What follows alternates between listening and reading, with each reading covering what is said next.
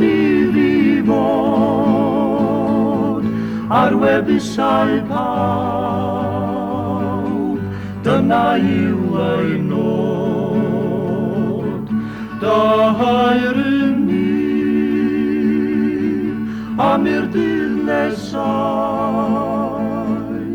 pan bydd gwlad fel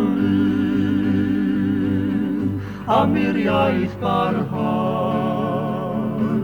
Bethod yw clywed am beth Gymro anherio a brolio na fedwriaeth ei fam. Ac wrth i'n ceisio am ddihairo a mildo anghofio heb unrhyw reswm pam. Ond diolch am yr rhai sy'n erfyn gan ofyn a gofyn yn gyson ym mhob ro.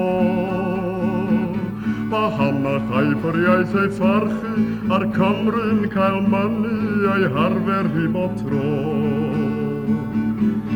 Yr hen iaith bydde dydd i fod ar wefusau pawb, dyna yw ei nod. Dair yn ni am i'r dydd nesau, pan bydd gwlad fel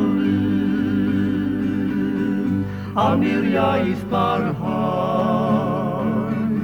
O dydd e glywir sŵn yn egron dymuno cyfiawnder a pharcand yn ôl rhyw. O Georgia bellawr dyheadau i lacio'r cadwynau a chodi safon fyw. Pa bryd y gwnawn ni sylweddoli mewn difrif drybeini ein brodyr duau lliw, sy'n disgwyl bal i ddod o rywle rhyw bore a hynny i leddfu eu poen a'i bryw. O cliwch ei cri o'r galon niw, mae pob negro ffrind hefyd eisiau byw.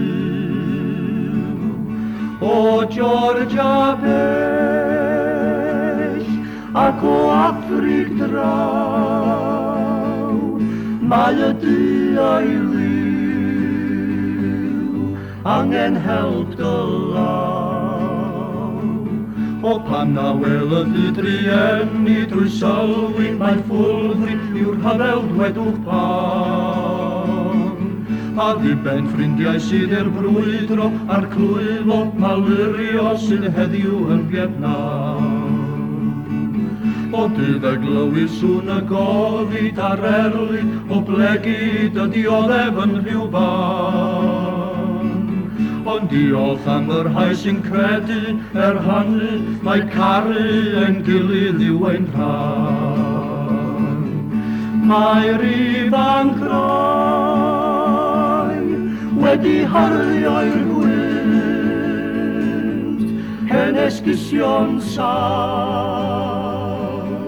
y genhedlaeth gynt. Yn frodyr dylai dynion fod, mwyn gweld pob gwlad, eto'n ffrindiau'n dod. Mwyn gweld pob gwlad, eto'n ffrindiau'n